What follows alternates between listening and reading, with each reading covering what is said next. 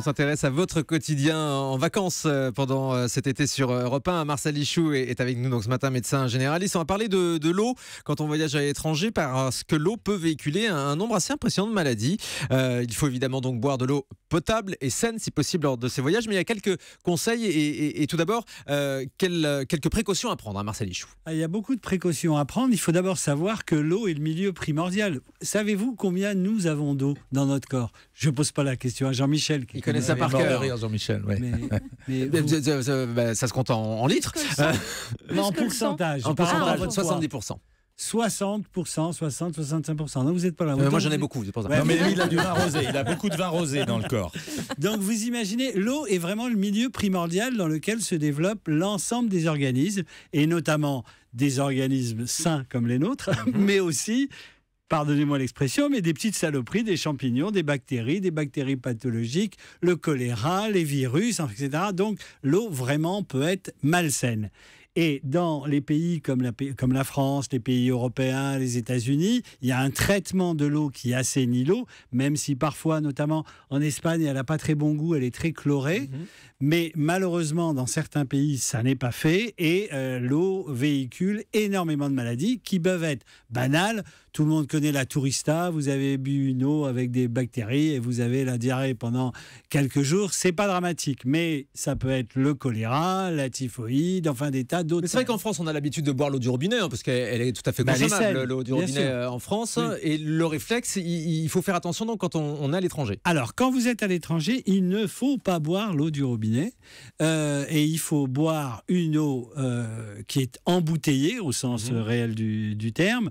Si possible, d'ailleurs, il vaut mieux prendre de l'eau gazeuse parce qu'il y a moins de problèmes avec l'eau gazeuse, parce que vous pouvez avoir des bouteilles qui sont embouteillées et fermées, mais en fait, dont l'eau est simplement une eau qu'ils ont puisée au robinet et du coup, pas d'eau de source. Il y a quand même un risque. Alors, si vous voulez faire vraiment attention, il faut aller au-delà de l'eau, c'est les fruits, les légumes, les crudités, l'alimentation, parce que si vous lavez vos fruits avec une eau souillée, le problème est identique, en moindre proportion, mais il est quand même identique. Donc, pour les aliments... Je pense aux glaçons, tiens, aussi. Les glaçons, évidemment, vous avez parfaitement raison. Et pour se brosser les dents. Donc... Alors attendez, se brosser les dents, c'est-à-dire on ne se brosse pas les dents avec l'eau du robinet à l'étranger? Non, on prend de l'eau minérale, cher monsieur. Ah oui, on ouvre une bouteille d'eau minérale. Ou filtrez l'eau, source, quoi. C'est-à-dire dans... Non, mais même simplement le fait de passer sa brosse sous le robinet et de la mettre dans sa bouche, ça peut avoir des effets. Oui, parce que les bactéries, les virus, etc. sont présents dans l'eau, donc ça vous contamine aussi. Alors, il ne faut pas non plus en exagérer. Tout le monde voyage, mais on est souvent revenu avec ce qu'on appelle la tourista, c'est-à-dire que il y a une autre dimension, c'est que l'intestin est fait de bactéries, de milliards de bactéries, ce qu'on appelle la flore intestinale, qui s'équilibre avec l'extérieur. Donc, quand vous êtes en France, vous êtes équilibré avec cette flore intestinale chez nous, quoi. Et vous vivez en parfaite harmonie avec vos bactéries françaises. Mais quand vous partez à l'étranger, les bactéries sont différentes et les autochtones, eux, vivent en harmonie, mais vous ne vivez plus en harmonie. Il peut y avoir un déséquilibre l'intestin est un peu dépaysé, déclencher. Voilà, l'intestin est dépaysé et vous allez déclencher donc des diarrhées qu'on appelle la tourista. Mais c'est ça, mais la tourista, c'est une vraie maladie? C'est un syndrome connu? C'est ce phénomène que je viens de vous expliquer, qui est le déséquilibre de la flore intestinale par des bactéries qui sont différentes de celles que l'on trouve en France. Qui conduit donc à un dérèglement du transit. On ne va pas rentrer dans les détails. Dans les détails, Jean-Michel Cohen. Oui, je voulais poser une question à Marcel. C'est, moi je pars aux États-Unis. Est-ce que mon niveau de prévention est le même quand je pars aux États-Unis que quand je pars, je ne sais pas quoi, au Zimbabwe? Alors, bien entendu que non, parce que dans tous les pays occidentaux et dans les pays comme les États-Unis, il y a un traitement de l'eau.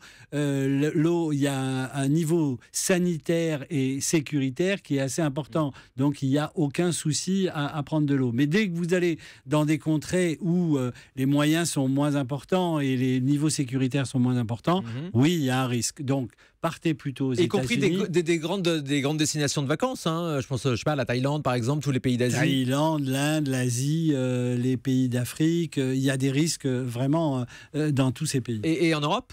En Europe, globalement, non, le niveau de sécurité est bon. Je connais peu de pays. Alors, je connais pas tous les pays. Jean-Michel vous le dira parce que je suis pas un grand voyageur. Mais je m'instruis, vous savez.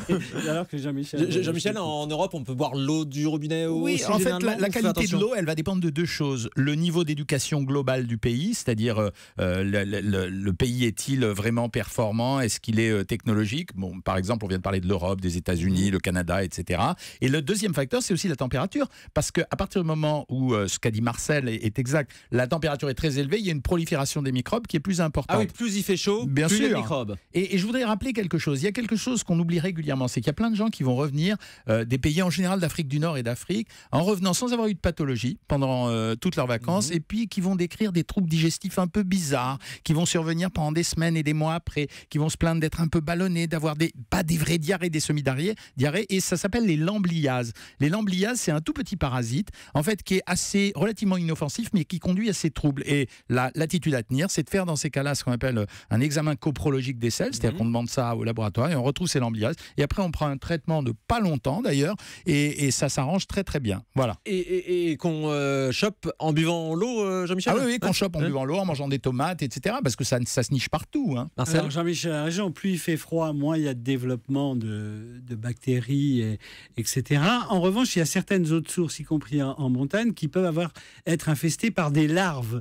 Et il y a des larves de canards, notamment, qui donnent aussi ce type de problème. Et donc, ça se voit à l'œil nu, ça? Non, bien entendu. C'est pour ça qu'il faut vraiment faire attention. Et Marcel, et pourquoi en Bretagne et pas dans le Gers, là, pour le canard, les larves? Parce que dans le Gers, vous savez, il y a du foie gras.